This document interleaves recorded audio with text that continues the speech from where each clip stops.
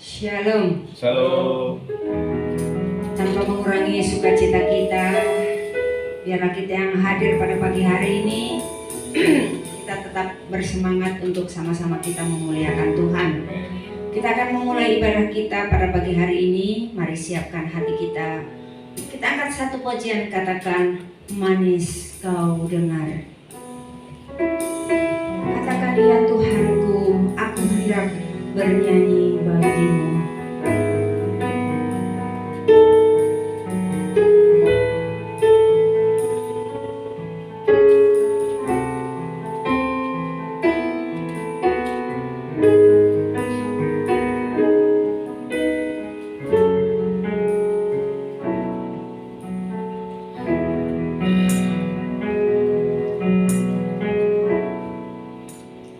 Ya Tuhanku,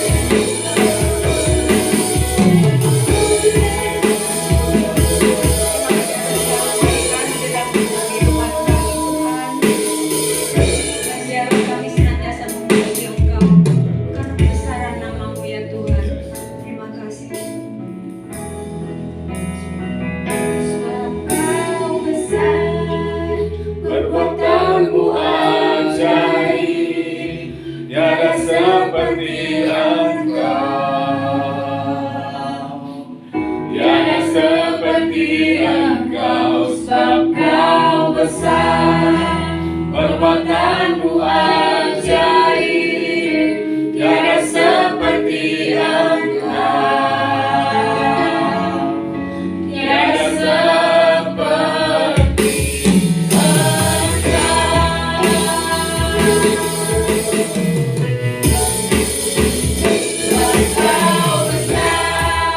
perbuatanmu ajaib, tiada seperti Engkau,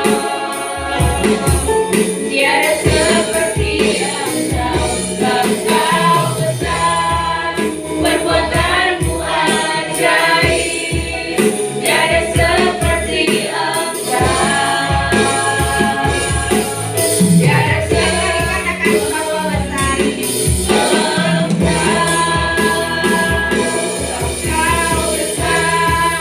perbuatanmu ajaib, tiada seperti Engkau, tiada seperti Engkau, sebab Kau besar, perbuatanmu ajaib, tiada seperti Engkau, tiada seperti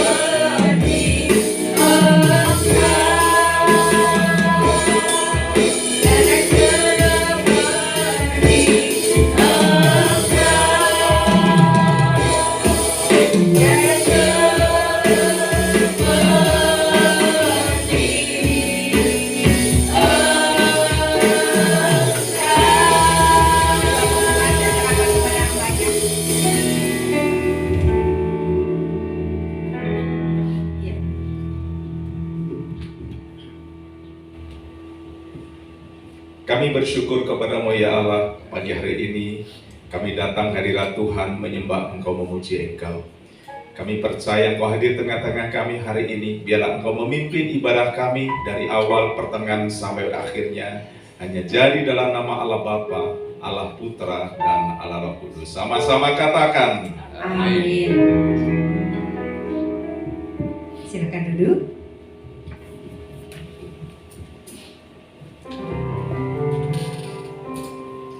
Kita masih siap memuji Tuhan.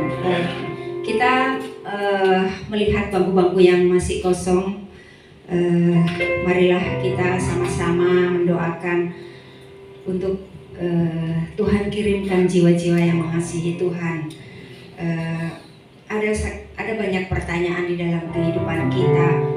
Ketika sesuatu peristiwa terjadi, mungkin salah kita, mungkin salah orang lain, tetapi bukan itu yang menjadi pertanyaan. Tetapi marilah kita introspeksi kepada diri kita sendiri. Ketika sesuatu terjadi di dalam kehidupan kita, di dalam kehidupan di sekeliling kita, mari kita bertanya kepada diri kita sendiri, apa yang bisa kita lakukan? Baik, tanpa mengurangi semangat kita, mari kita angkat satu pujian, katakan, hatiku percaya Tuhanlah kekuatan dan mazmurmu. Mari saya sama kali terdiri, kita bersemangat, kita menyanyikan pujian ini.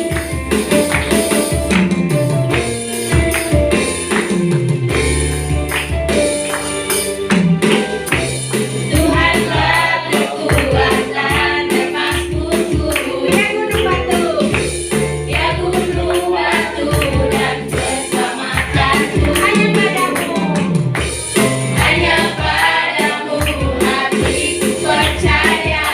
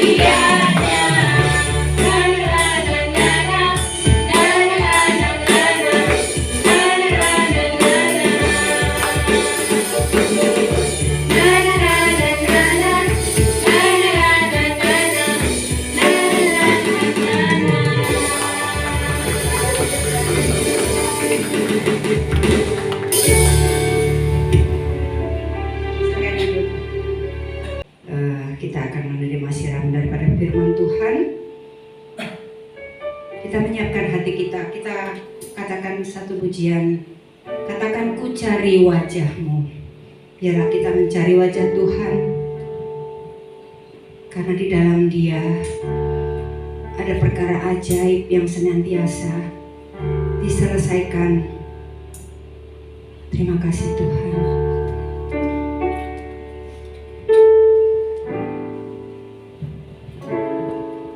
Ku cari wajah-Mu, temukan kasih-Mu. Kau bukan Tuhan yang jauh dariku. Ku panggil nama-Mu, ku panggil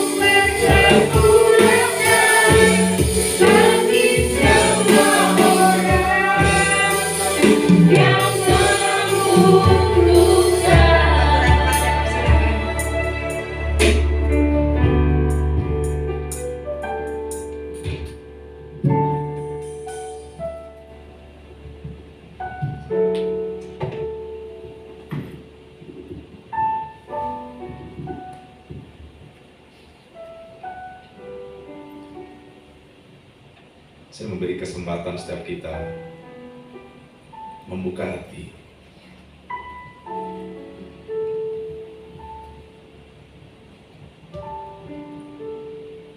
Katakan kepada Tuhan, aku mau mendengar Dikau berfirman hari ini ya Tuhan.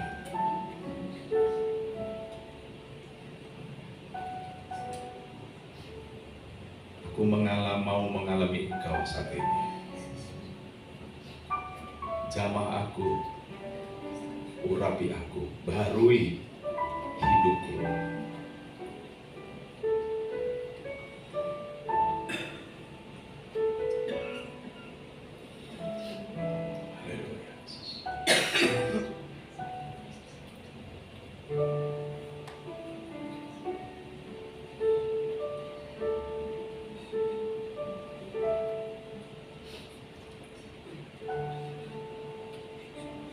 Engkau melihat setiap kami ya Allah. Kami membuka hati, kami membawa hidup kami ke dalam tangan-Mu. Pagi hari ini sekali lagi kami rindu Tuhan menjamah kami, Tuhan mengurapi kami, Tuhan membaharui batin kami. Kami berdoa yang sakit dijamah disembuhkan, yang lemah diberikan kekuatan, yang ada dalam pergumulan kiranya Engkau menjadi jalan dalam hidup kami. Terima kasih Bapa, kami bersyukur kepada Engkau. Dan kami mau membuka hati kami. Kami mau belajar seperti Maria yang duduk diam di kaki Tuhan. Kami ingin mendengarkan firman-Mu. Roh Kudus urapi hamba-Mu yang Tuhan utus memberitakan firman-Mu pagi hari ini. Biar Dikau saja mengambil alih seluruh keberadaan hamba-Mu. Dan kami semua sama-sama diberkati karena Engkau menyatakan firman-Mu hari ini kepada kami. Kemuliaan bagi Tuhan di dalam nama Yesus. Haleluya. Puji Tuhan. Supri, WL-nya semangat sekali, kasih tepuk tangan dulu. Gak kalah sama anak muda. Ya, haleluya.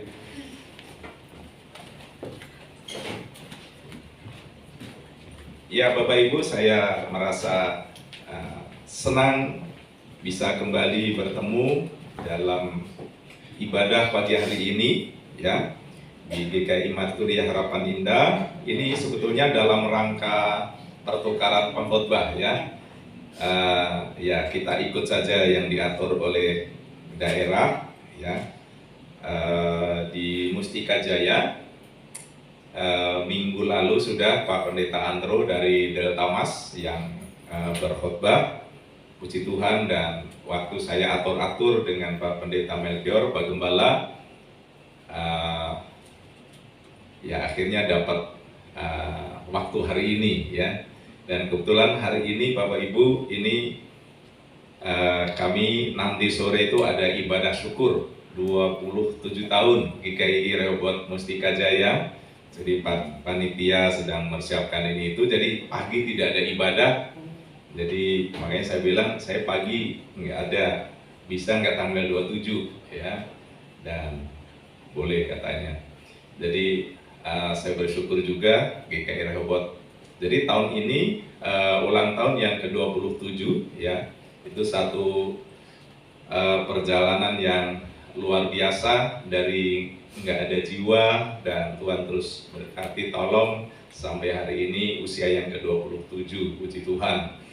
Dan bukan hanya itu ya, Tuhan juga masih memberikan kesehatan, kekuatan kepada saya. Sekarang sudah kepala 5 ya, 5 berapa rahasia ya, Pak Eko yang tahu. Biar lo dianggap muda ya.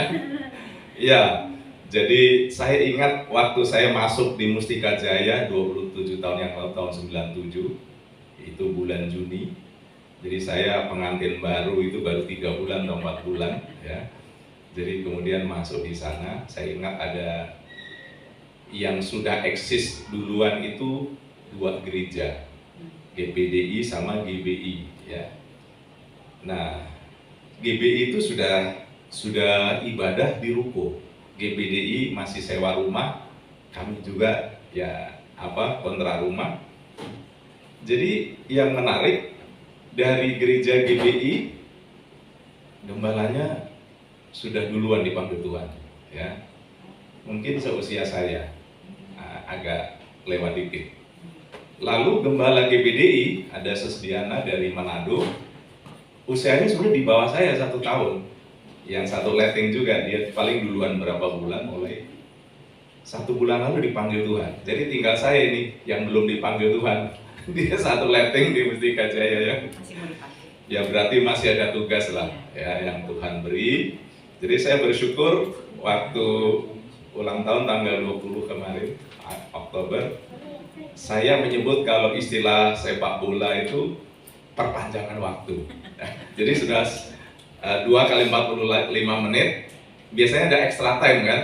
Jadi ini waktu yang ada ini extra time ya, perpanjangan waktu, nggak tahu berapa lama karena saya lihat yang 1 letting yang sama-sama perintis sudah Tuhan angkat ke surga semua. Mungkin pergumulan terlalu berat atau gimana. Ya, karena itu Bapak Ibu dukunglah gembala-gembalamu, itu pergumulannya tidak gampang. Tidak semua bisa diucapkan ya ke jemaat. Nah, jadi tapi saya bersyukur. Lalu bukan itu saja, tahun ini juga karena Tuhan sudah berikan kami cucu, ya, cucu perempuan cantik banget.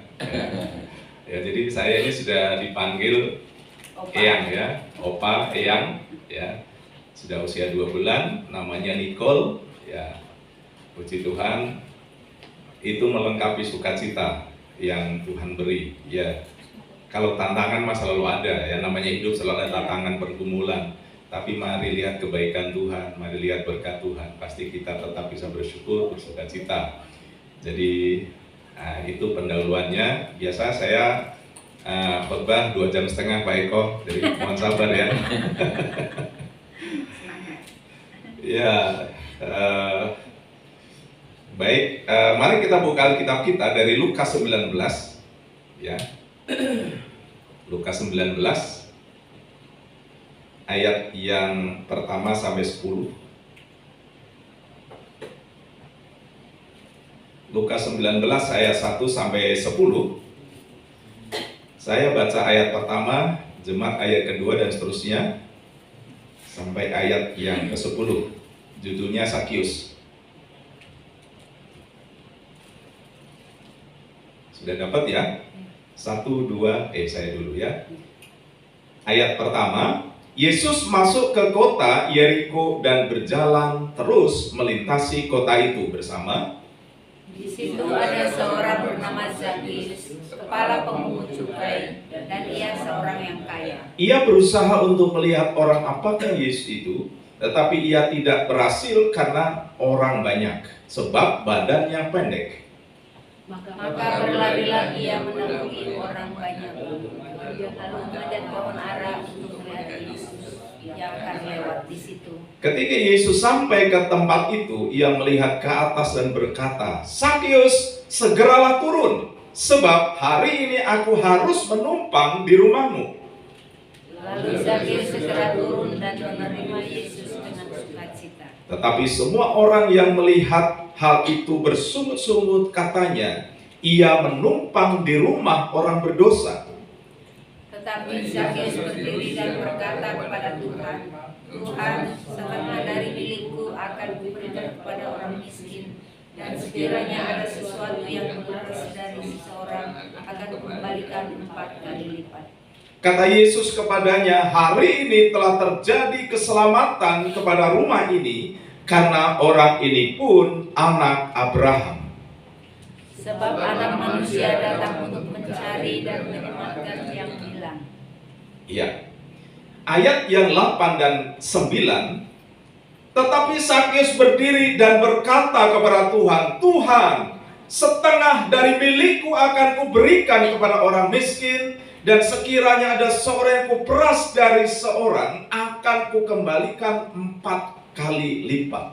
Kata Yesus kepadanya, "Hari ini telah terjadi keselamatan kepada rumah ini, karena orang ini pun anak Abraham." Yang berbahagia mendengar firman Tuhan dan melakukan di dalam kehidupan sehari-hari.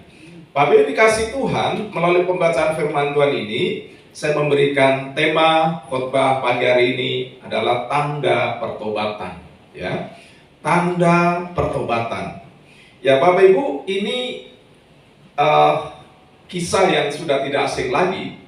Bagaimana Tuhan Yesus berjalan keliling mencari orang berdosa, memberitakan kerajaan Allah, menyembuhkan orang sakit, dan memberitakan Injil kerajaan Allah sudah dekat. Ya, Bapak Ibu, dan ketika dia dalam perjalanan ke Yerusalem, ya dia mampir ke kota Yeriko, dan disitulah seperti biasanya ribuan orang berbondong-bondong untuk melihat, ingin mendekati Yesus, karena siapapun yang mendekat kepada Yesus, yang sakit sembuh, pengajarannya boleh memulihkan, dan semua boleh merasa diberkati. Jadi benar-benar dimanapun berada, Yesus ini dikejar, dicari. Dan sampai di Yeriko, ya, tidak terkecuali, ya, rupanya ada seorang yang kaya, ya, orang kaya luar biasa. Tapi di situ, ya, bagaimana dia ada kerinduan yang besar. Sakius yang akhirnya mengalami perjumpaan pribadi dengan Tuhan. Ya, Sakius adalah seorang pendosa, ya, seorang yang dianggap penjahat pada masanya karena memeras rakyatnya sendiri dengan menjadi pegawai, penjajah, ya, pengumpul pajak dan seterusnya, sehingga Sakius ini dianggap pendosa dan orang yang nggak benar lah, orang yang ya si pendosa itu sebenarnya sudah label yang paling buruk di sana. Baru dikasih Tuhan, tetapi menarik bahwa Tuhan Yesus pun menyatakan kasih-Nya kepada Sakius. Ya, Tuhan Yesus menerima Sakius, sementara orang menuding, orang katakan kenapa dia mampir dan berkumpul dengan orang berdosa. Bukankah Yesus tahu?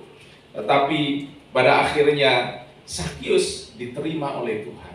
Nah, Bapak dikasih Tuhan, melalui hal ini tanda pertobatan, ya. Ini yang akan kita renungkan bersama, bahwa penting sekali kita memahami, kita mengerti tentang pertobatan. Ya, pertobatan adalah pengajaran, ya.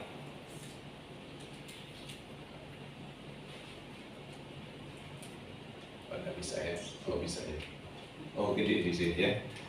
Pertobatan adalah pengajaran penting dalam Alkitab. Ya, Yohanes Pembaptis mengajar tentang pertobatan. Bertobatlah karena kerajaan Allah sudah dekat. Ya, Tuhan Yesus juga mengajarkan tentang pertobatan. Ya, nah, Bapak Ibu yang dikasih Tuhan, gereja mula-mula dimulai dari ya orang-orang yang bertobat, 3.000 orang yang bertobat. Ya. Jadi ketika kita bicara, ya, pentingnya pertobatan, karena pertobatan membawa berkat, pertobatan membawa keselamatan, pertobatan membawa pemulihan, ya, di dalam kehidupan kita. Nah, Bapak Ibu dikasih Tuhan, Alkitab mencatat bahwa ada 2 jenis, ya, pertobatan. Yang pertama itu pertobatan secara pribadi, perorangan. Ada Daud yang bertobat, ya, setelah dia terjatuh dalam dosa. Petrus yang bertobat setelah dia menyangkali Yesus, padahal dia bilang aku nggak akan pernah menyangkali dia. Lalu juga Paulus, ya, yang bertobat ketika hendak menganiaya murid-murid Kristus, ya, di jalan menuju Damsyik itu, ya. Jadi ada pertobatan secara pribadi, ya, tetapi juga ada pertobatan secara korporat, secara bersama, ya. Jadi bareng-bareng, ya. Kita ingat bagaimana ketika Yunus diutus ke kota Niniwe yang tadinya nggak mau, ya, akhirnya disentil Tuhan dan akhirnya terpaksa, ya. Dalam keterpaksaan ini Yunus katakan, bertobatlah, kalau enggak dalam 40 hari kalian semua akan ditunggang-balikan. Dan rupanya dari KKR Yunus yang pendek itu, ya, yang hanya bicara bertobatlah, ya, semua penduduk ini bertobat, ya. Dan itu namanya pertobatan korporat, yang meninggalkan segala jahat. Lalu juga tadi yang jemaat mula-mula, ketika Petrus berdiri dengan lantang, dia menyampaikan siapa Yesus. Dan ketika di akhir khutbah itu, semua yang hadir merasa terharu. Dan orang-orang di sana di hari Pentakosta katakan, saudara-saudara, apa yang harus kami buat? Ya. Lalu Petrus katakan, bertobatlah, beri dirimu dibaptis. Jadi Bapak Ibu, Alkitab mencatat tentang pentingnya pertobatan, tentang jenis-jenis pertobatan. Nah, sekarang yang kita mau tahu adalah apa itu pertobatan, ya. Biasa kalau orang Jawa dia suka makan sambal, walaupun mungkin tidak sepedas Manado, ya. Lalu ketika makan cabai kepedasan, aduh pedas sekali, tobat katanya. Tapi tobatnya setelah itu besoknya makan cabai lagi, ya. Itu namanya nggak tobat, ya. Tobat cuma keluhan saja, ya. Nah, Bapak Ibu, pertobatan bukan juga tentang hanya sekedar aduh saya menyesal, ya. Aduh saya menyesal, atau sekedar merasa bersalah tapi nggak bikin apa-apa. Nah, di dalam Alkitab ada beberapa kata yang menyebutkan tentang pertobatan, ya. Di sini ada yang pertama, syuf, artinya berputar, berbalik kembali. Jadi artinya ketika saya berjalan di sini, ini jalan yang salah, jalan yang nggak benar. Bertobat berarti bukan hanya berhenti. Kalau berhenti saja belum bertobat nih. Oh ya salah, ya. Itu saya berbalik ke jalan yang benar. Ini namanya bertobat. Saya teringat waktu berapa kali Bapak Ibu, ya mungkin kalau Pak Eko nggak pernah, ya. Saya pernah nyetir mobil menuju mau ke Lampung nih ceritanya. Karena sambil ngobrol asik, mestinya kan ngambil tol ke arah Tangerang tuh, yang apa, Tomang tuh, ya. Rupanya ngobrol, itu sudah mau Citraland tuh, udah salah kita.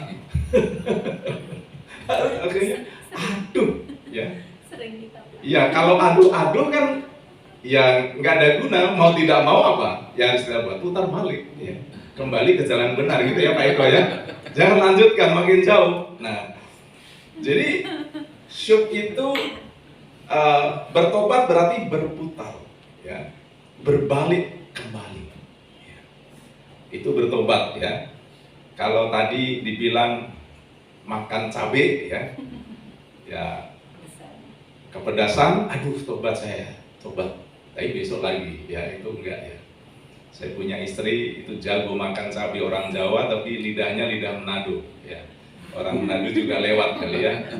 Ya kalau saya, ya saya butuh cabai tapi untuk bau-bau aja, untuk rasa-rasa aja. Kalau kebanyakan. Jadi waktu menikah ini sering bermasalah, masak gara-gara cabai. Kamu masak pedas sekali, kan saya nggak bisa terlalu pedas nih. Ini aku cuma kasih cabai 2, masa 2 pedas begini? ya itu saling menyesuaikan, ya. Nah, kalau istri itu istilahnya pedasnya level 10, saya level 1 aja. Jadi gimana yang level 10 turun? Mungkin saya juga agak naikin dikit. Ya, jadi syuf itu artinya berputar, berbalik kembali. Lalu yang berikutnya metanoia, Bapak Ibu, artinya perubahan hati yang nyata lewat pikiran, sikap dan tindakan. Jadi ada pembaruan, perubahan hati lewat pikiran, sikap dan tindakan. Makanya dalam Roma 12 ayat 2, jangan kamu menjadi serupa dengan ini, tapi berubahlah oleh pembaruan. Jadi pemahaman kita terus dirubah, dibahari oleh apa? Oleh firman Tuhan, ya. Jadi ada perubahan hati yang nyata lewat pikiran, sikap dan tindakan. Tadinya pelit, ya, menjadi lomo. Kalau bahasa Jawa lomo, ya. Kalau bahasa Indonesia murah hati, ya. Tadinya kasar jadi lembut, ya. Tadinya pendendam, ya, jadi pemaaf, ya. Tadinya, ya, pokoknya ada perubahan dan dibuktikan lewat tindakan nyata, Bapak Ibu. Nah, lalu yang berikutnya epistrevo, itu artinya berpaling, putar balik sama tadi, ya. Jadi ini kira-kira pertobatan. Dan Bapak Ibu, Kristen tanpa pertobatan itu disebut Kristen agamawi, ya. Jadi ya KTP-nya Kristen, yang ngakunya Kristen, tapi cara hidupnya, pikirannya, ya tidak sesuai dengan firman Tuhan. Nah, gereja yang dihuni banyak jemaat dengan Kristen agamawi, dengan orang-orang Kristen tapi nggak ada pertobatan, ini akan muncul banyak masalah, ya, dan menghambat pertumbuhan. Nah, karena itu kalau kita lihat bagaimana gereja mula-mula itu bertumbuh luar biasa, dimulai mereka bertobat, mereka menerima pengajaran, ya, dan mereka dibuktikan dengan perubahan, ya. Jadi Bapak Ibu, kalau ketika Kristen ya memang kita bukan orang-orang sempurna, ya, tapi paling tidak bagaimana kita mendasari hidup yang ada ini karena anugerah Tuhan, dan kita boleh ada karena kemurahan Tuhan. Kalau enggak, ada saja, ya.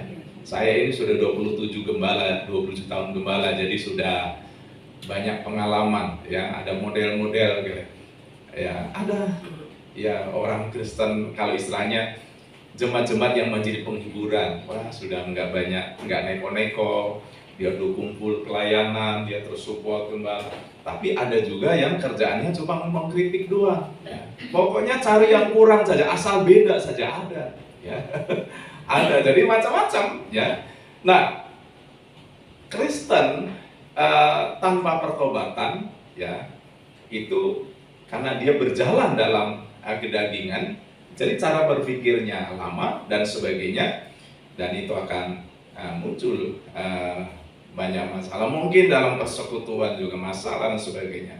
Nah, karena itu Bapak Ibu, pentingnya hari ini kita bicara tentang pertobatan. Mengapa penting pertobatan? Karena itu menjadi syarat pengampunan, ya. Kalau kita nggak bertobat, kita nggak diampuni, ya.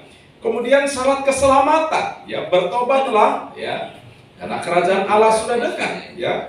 Lalu juga syarat pemulihan, ya. Bapak Ibu, bagaimana kita mengalami pemulihan daripada Tuhan, maka bagaimana kita datang kepada Tuhan dengan penuh pertobatan. Lalu juga syarat persekutuan. Nah, mari kita lihat, saya suka menggambarkan ini. Ada dua jenis orang Kristen, ya. Orang Kristen rohani, saya meminjam gambar ini dari kampus Krusek, ya, dari lembaga pelayanan mahasiswa. Ini kira-kira Kristen rohani itu berarti apa? Kristus yang bertahta di hati, di kursi, bertahta di hidup kita. A, ego, akunya, egonya. A-nya masih ada, ya, tetapi dia tunduk kepada Kristus, ya. Selama kita masih hidup, akunya, ego manusia selalu ada, ya. Hanya di mana dia posisi.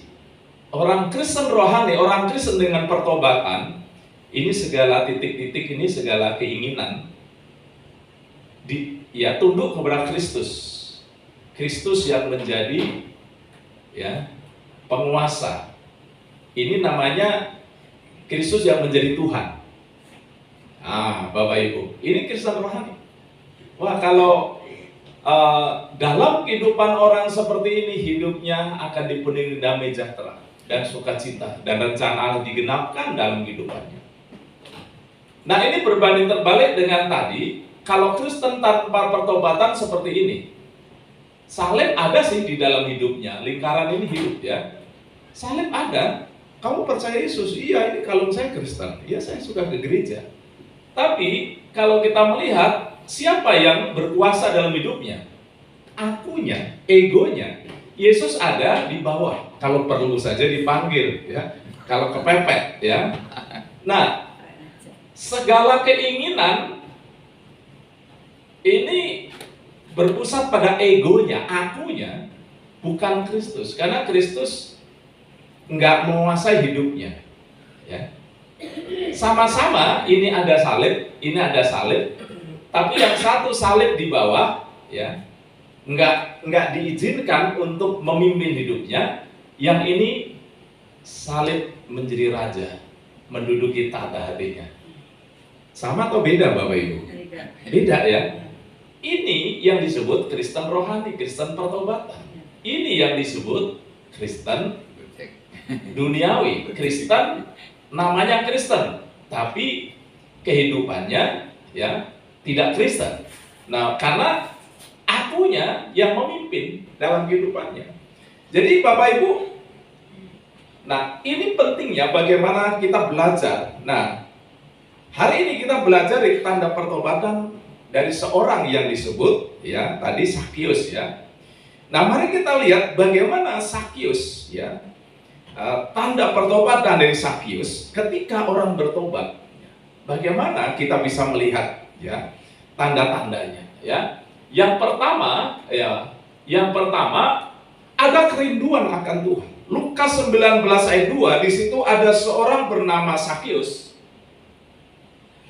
kepala pemungut cukai, dan ia seorang yang kaya. Ia berusaha untuk melihat orang apakah Yesus itu, tapi ia tidak berhasil karena orang banyak sebab badannya pendek. Maka berlarilah ia mendahului orang banyak, lalu memanjat pohon ara untuk melihat Yesus yang akan lewat itu.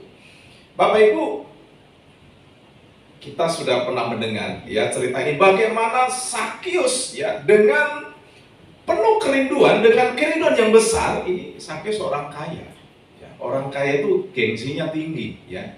Pada masa itu biasa orang kaya kalau di Israel, orang Yahudi itu makin kaya seorang makin jubahnya panjang, klewernya panjang ya, dan jubah ungu ya, jubah yang mahal. Jadi kayak orang-orang Timur Tengah kan pakaiannya begitu ya, berjubah. Makin kaya maka jubah makin panjang.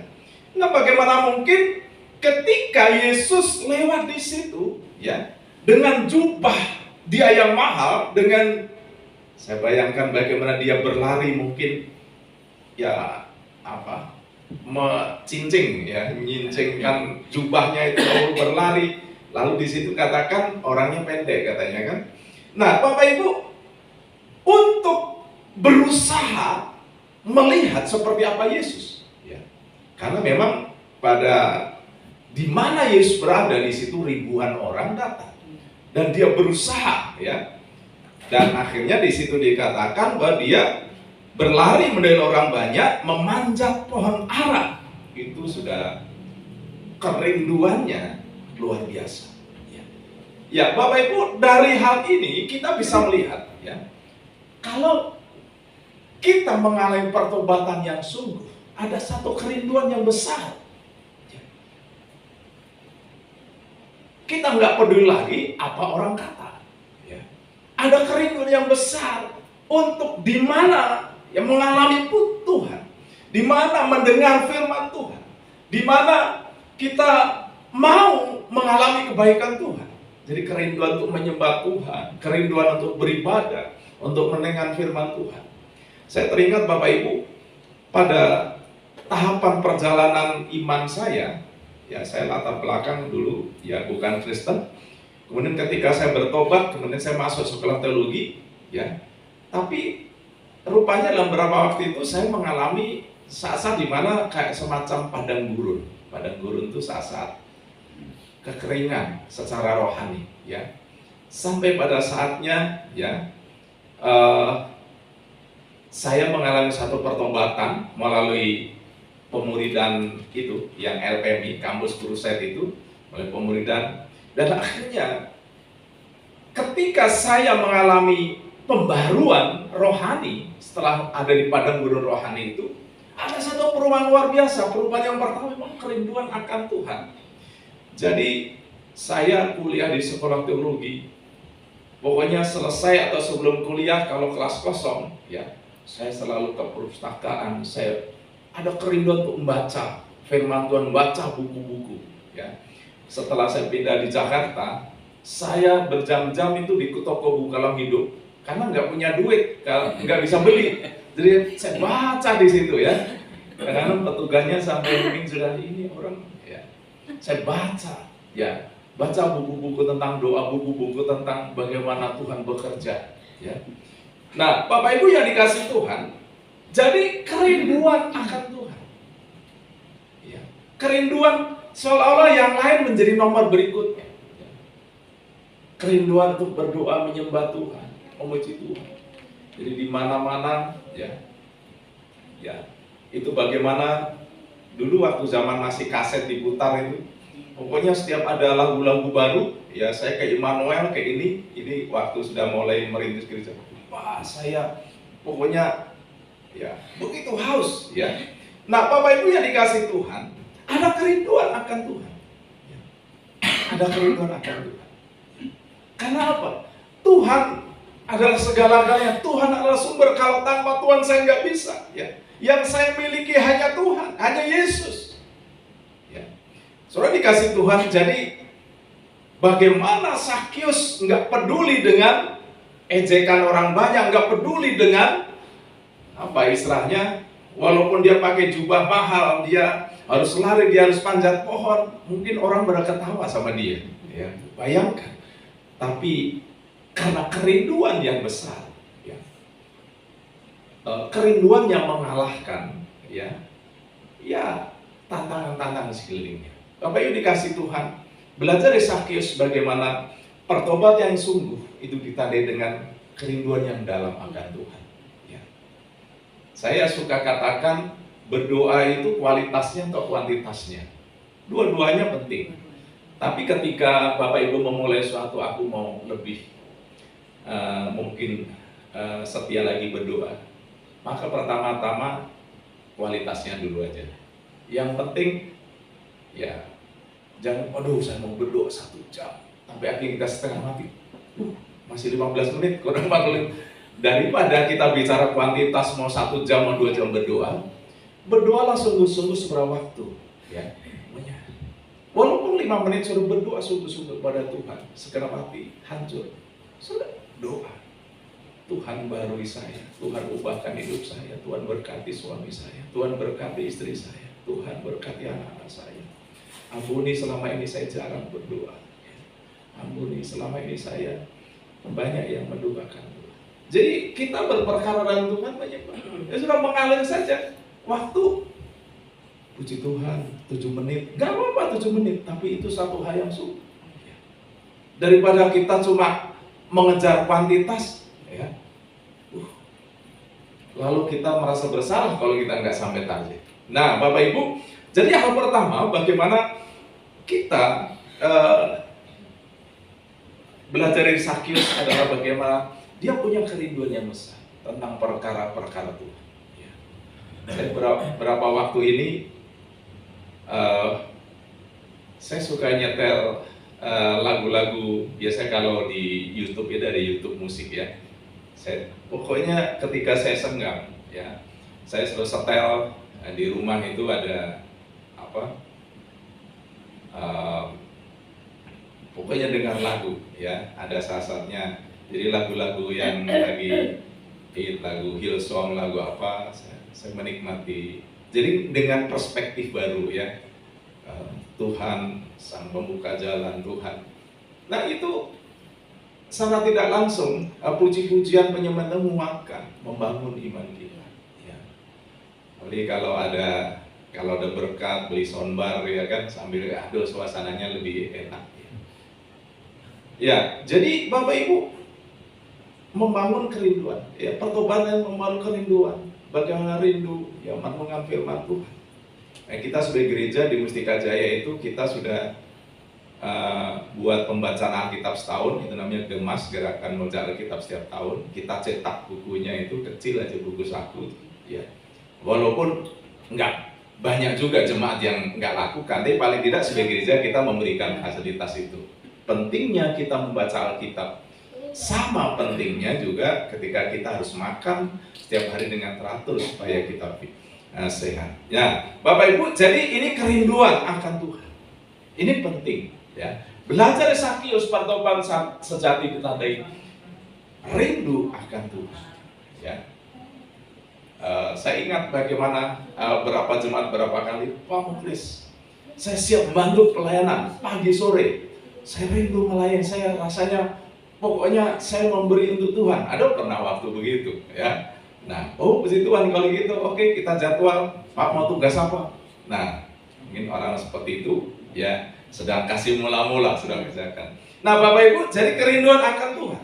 Ketika kita memiliki kerinduan akan Tuhan, tantangan apapun akan kita hadapi agar kita bisa berjumpa dengan Tuhan. Hari ini kan namanya tantangan untuk berdoa, menyembah Tuhan, baca firman tuh banyak banget ya. Banyak banget ya, film lah ya, hobi lah ya, game lah ya, apa, paling ada gadget, ada internet, apa semuanya. Memang tidak gampang, tapi ketika kita ada kerinduan akan Tuhan, yang lain akan bisa diatur, dikelola dengan baik ya Bapak Ibu. Karena pada akhirnya ya kita bisa keliling sana sini ya, mungkin bisa menikmati semua, tapi hanya ketika dekat dengan Tuhan kita benar-benar membangun kehidupan pribadi, persekutuan yang intim dengan Tuhan, itu kekuatan, itu sukacita yang luar biasa. Nah jadi makanya di dalam Matius 5 ayat 6 dikatakan, berbagailah orang yang lapar dan haus akan kebenaran, karena mereka akan dipuaskan. Ya. Jadi kita membangun kerinduan akan Tuhan. Ya. Orang-orang yang merindukan Tuhan, ya, itu dikatakan ucapan bagi Tuhan Yesus, orang yang haus lapar akan kebenaran, mereka akan dipuaskan, akan mengalami satu kebahagiaan yang sejati. Nah, kalau saya boleh meminjam ya Sakyus quote ya, dari pengalaman Sakyus, bagaimana akhirnya harta dan kekayaan tidak menjamin dia bahagia ya. Kira-kira kalau Sakyus bikin quote kira-kira begini ya, harta dan kekayaan semata tanpa Yesus, hidup tiada arti. Jadi karena Sakyus sudah mengalami ya, dia nggak peduli dengan harta kekayaannya dan dia memilih untuk mencari Yesus ya. Lalu yang berikutnya ada perubahan hidup ya, tanda pertobatan ya, ada pertobatan hidup. Hati yang kosong berubah menjadi sukacita ya. Lukas 19 ayat 5 sampai 6. Keserakahan, ketamakan berubah menjadi murah hati ya. Ini kan pengalaman seorang Sakyus. Bagaimana Sakyus ini saya sebut mengalami penyakit namanya alienasi. Alienasi itu dari bahasa alien, itu makhluk luar angkasa, merasa kesendirian, nggak punya teman, nggak disayang, nggak diterima, lalu dicap sebagai si pendosa kan gitu. Jadi pada akhirnya ketika ada yang kosong dalam dirinya di tengah-tengah kekayaannya itu, dia datang, dia dengar Yesus datang. Saya pikir sedikit banyak Sakyus sudah dengar dari orang-orang, Yesus katanya mengasihi, Yesus katanya mengampuni orang berdosa. Dan akhirnya Sakyus ya ada kerinduan di situ, ada hati yang kosong dipenuhkannya di situ ya, sehingga tidak peduli orang berkata apa, orang mengejek apa, tetapi Yesus menerima saya kok. Yesus mau berjumpa dengan saya. Jadi ada perubahan Bapak Ibu ya. Lalu yang kedua tadi dikatakan, kalau mengapa Sakyus dikatakan dia si pendosa. Ayat di dalam ayat 7 dikatakan, tapi semua orang yang melihat hal itu bersungut-sungut, katanya ia menumpang di rumah orang berdosa. Kenapa masyarakat pada waktu itu mengecap Sakyus sebagai orang berdosa? Karena memang ya dia lintah darat ya. Dia mengambil pajak ya, untuk dia kerja untuk penjajah dan seterusnya ya. Nah, Bapak Ibu, tetapi ketika dia mengalami perjumpaan dengan Yesus ya, mengalami perjumpaan dengan Yesus, dia cara pandangnya berubah. Sehingga kalau kita lihat bagaimana dia kemudian memilih ya, apapun yang terjadi saya mencari Tuhan. Dalam Lukas 19 ayat 9, dia mendengar suara Tuhan ya, seolah-olah gini. Karena Yesus mampir menumpang rumah Sakyus ya. Jadi Yesus menerima Sakyus. Sakyus merasa diterima, dosanya diampuni. Dan pada akhirnya perubahan yang terjadi apa? Bahwa Tuhan, sekarang kalau ada orang yang pernah aku rugikan, aku akan kembalikan 4 kali lipat. Dan dia membagikan sebagian hartanya untuk dibagi-bagikan kepada orang-orang miskin. Ini kan perubahan. Kalau konteks Sakyus memang dia disebut orang kaya, begitu mengalami perjumpaan dengan Yesus, ada perubahan yang terjadi.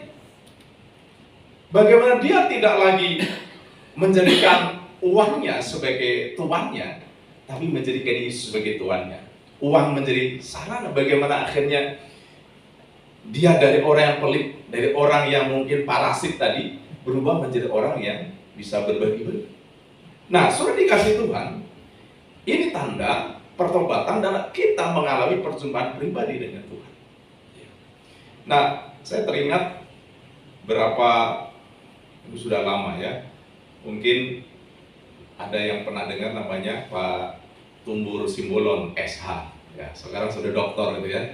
Saya teringat dulu pernah mengalami mirip-mirip Sakyus ini. Dulu awal-awal saya pelayanan, sudah lama banget ya. Jadi dia mempraktekkan apa yang dialami Sakyus, ya pola pertobatan Sakyus ini. Karena waktu itu kemudian ada pro kontra di Wisma Asri sana. Kemudian saya hubungin Pak Simbolon, saya bilang, boleh saya minta Pak datang ke sini untuk memberikan kesaksian bagaimana Tuhan jamah Bapak. Lalu dia selama bersaksi itu dia menangis. Ya kan tadinya pengacara biasa, tapi akhirnya ya menjadi diangkat Tuhan menjadi pengacara yang top ya. Biasanya sekali dapat perkara kan mungkin bisa ratusan atau miliaran ya. Dari rumahnya Wisma Asri sekarang rumahnya di Menteng ya, daerah yang elit ya. Nah, saya ingat waktu itu bagaimana selama bersaksi itu dia menangis. Menangis apa? Karena dia merasakan hadirat Tuhan itu. Menangis apa? Karena dia merasa orang berdosa tapi disayang Tuhan. Orang berdosa tapi diampuni oleh Tuhan. Orang berdosa diterima Tuhan. Ya saya nggak tahu dosa persisnya gimana. Ya mungkin berkaitan dengan ya namanya pekerjaan pengacara, nggak tahu. Tapi siapapun ya. Makanya kita katakan semua orang telah berdosa dan telah kehilangan kemuliaan Allah. Bedanya yang ngaku sama nggak ngaku, ya kan? Bedanya ya kita sadar atau nggak sadar dan sebagainya. Nah, jadi waktu bersaksi itu menangis dan lalu dia cerita, dia punya harta tuh, dia bagi-bagi sama orang miskin sampai keluarganya marah, ya. Sampai akhirnya kita juga, Pak Chris saya mau sumbang juga ke gereja ini katanya. Ada saya lupa waktu itu, sumbang keyboard atau apa itu. Saking dia ngerasa cinta Yesus itu jauh lebih berharga daripada hartanya. Ya. Ketika dia diampuni, diterima oleh Yesus, ya, itu jauh lebih penting daripada ya, semua yang dimiliki. Dan ini yang dialami oleh Sakyus. Ya. Karena itu Tuhan, ya, semua yang ada padaku, ya, kalau ada yang pernah merugikan aku, ganti 4 kali lipat dan sebagainya. Nah ini satu hal yang luar biasa. Intinya Bapak Ibu dalam konteks Sakyus ini perubahan itu. Nah, saya nggak tahu dalam konteks kita, ya, dalam pertobatan sungguh-sungguh. Ya, tadi ada kerinduan akan Tuhan yang dibaharui. Mungkin kita belajar lebih setia lagi kepada Tuhan. Mungkin kita belajar membuat prioritas, ya, dan seterusnya. Lalu yang terakhir Bapak Ibu jam berapa ini? Oh sudah. Belum 2 jam. Belum 2 jam. Yang terakhir taat firman Tuhan Lukas 19 ayat 8. Tapi Sakyus berdiri. Sudah ya. Tetapi Sakyus berdiri dan berkata kepada Tuhan, Tuhan, setengah dari milikku akan kuberikan kepada orang-orang miskin, dan sekiranya ada seorang yang kuperas dari seorang akan kukembalikan 4 kali lipat. Sebetulnya ini tertulis dalam Keluaran 22 ayat 1. Itu kalau ada orang yang mencuri atau mengambil barang, jadi dia sadar selama ini dia mencuri punya orang, lalu harus dikembalikan 4 kali lipat. Nanti Bapak Ibu baca di dalam Keluaran 22 ayat 1. Jadi ketika dia sadar itu, lalu dia bertobat, dia ingin melakukan firman Tuhan. Ya. Jadi makanya dikembalikan 4 kali lipat. Ini bunyi hukum Taurat begitu. Ya. Nah, Bapak Ibu dikasih Tuhan, jadi tanda pertobatan, ketaatan sebagai kebahagiaan, ya, bukan sebagai beban. Makanya kalau kita punya yel-yel di Mustika Jaya itu, ya biasanya setelah berdoa ada yel-yel pelayanan. Melayani adalah anugerah, bukan beban. Itu satu yel satu, ya. Melayani adalah kehormatan, ya, bukan kesia-siaan. Lalu yang terakhir juga melayani adalah investasi kekal, ya. Nah, Bapak Ibu, jadi ada ketaatan akan firman Tuhan. Ketaatan apa saja, mungkin cara keuangan, mungkin taatan bagaimana kita mengasihi, mengampuni, ya. Ketaatan dalam beribadah, ya. Ketaatan di dalam bagaimana merenungkan firman Tuhan dan sebagainya, karena kasih kita kepada Tuhan, ya. Kiranya ini menjadi perenungan bagi kita, ya. Bagaimana kita terus, kalau kita bicara pertobatan itu sebenarnya pertobatan yang kita lakukan setiap hari, ya. Saya suka istilahkan, kalau bahasa kamus guru saya itu melakukan pernapasan rohani, ya. Itu pertobatan setiap hari. Kalau bernafas, yang kita hirup apa Bapak Ibu? O2, ya. Yang kita buang CO2, itu karbon dioksida. Jadi yang kita buang itu dosa, kesalahan, hal yang tidak pernah kepada Tuhan. Lalu yang kita terima adalah pengampunan Tuhan. Jadi kita dengan cara kita mengaku, ya, kita katakan. Saya biasa katakan ke jemaat, mungkin yang pernah ikut Alma itu, jendela 55, ya, sebelum tidur, ya, bukan hanya katakan kepada pasangan sama Tuhan, Tuhan, terima kasih sepanjang hari ini saya sudah ini, atau ada satu perasaan yang Tuhan ampuni saya hari ini, ada dosa tadi siang saya nggak sabar, saya marah, Tuhan ampuni saya. Jadi itu namanya kita mengeluarkan karbon dioksida, CO2. Lalu kita terima anugerah Tuhan, terima kasih Tuhan mengampuni saya, berkati saya mau istirahat, tidur dengan, kiranya saya tidur dengan baik, ya.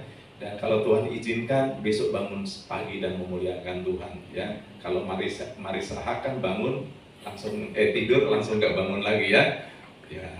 Nah, Bapak Ibu dikasih Tuhan, kira ini menjadi perenungan bagi kita untuk kita belajar dari seorang Sakyus yang luar biasa. Mari kita berdoa. Bapa di surga, terima kasih untuk pagi siang hari ini. Kami boleh mendengarkan firman Tuhan tentang tanda-tanda pertobatan. Kami bersyukur dan terus bawa kami untuk hidup dalam kawasan pertobatan setiap hari. Tuhan, bawa kami lebih dekat kepada Tuhan. Dan bawa kami belajar dari seorang Sakyus yang tadinya dianggap si pendosa, tapi pada akhirnya Tuhan ubahkan dia, Tuhan kasih dia, Tuhan sayangi dia. Dan dia memiliki kerinduan yang besar. Dia memiliki perubahan hidup yang luar biasa. Dan dia menjadi seorang yang taat firman Tuhan. Terima kasih Bapa, kami bersyukur mematahkan kebenaran ini. Di dalam nama Yesus, haleluya. Amin.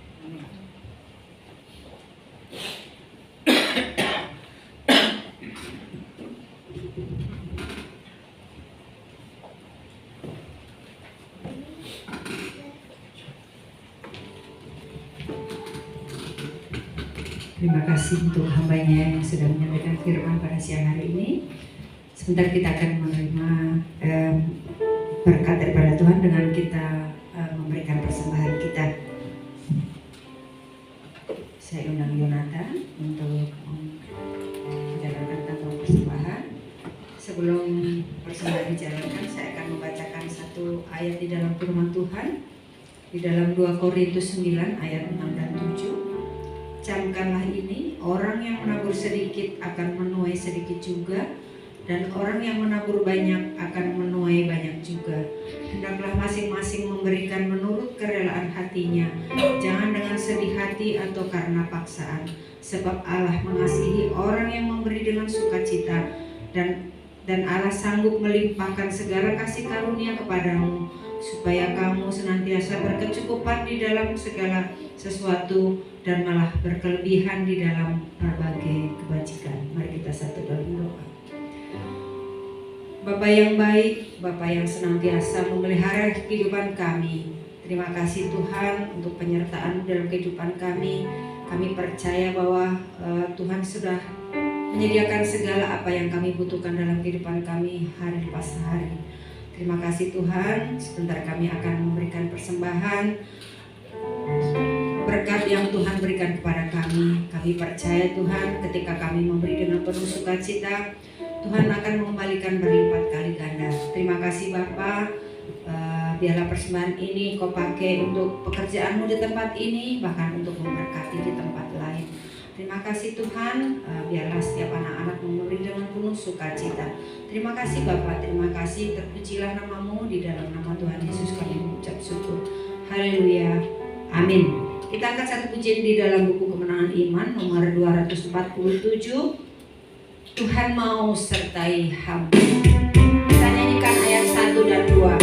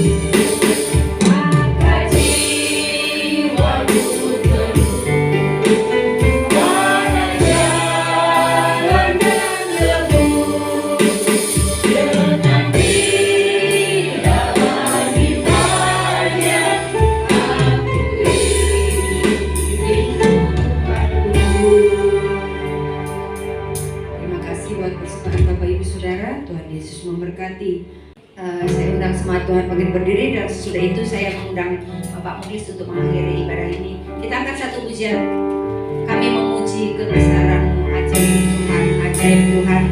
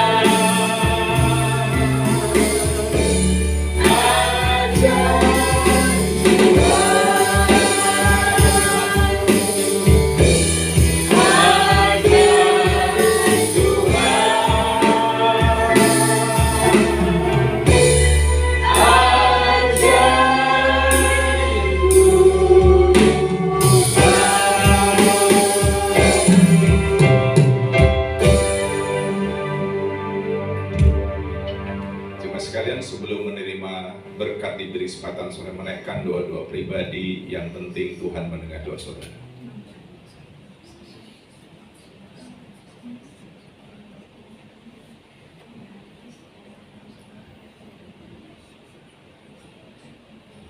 Bapak yang baik, kami bersyukur kami sampai di penghujung ibadah kami pada pagi siang hari ini.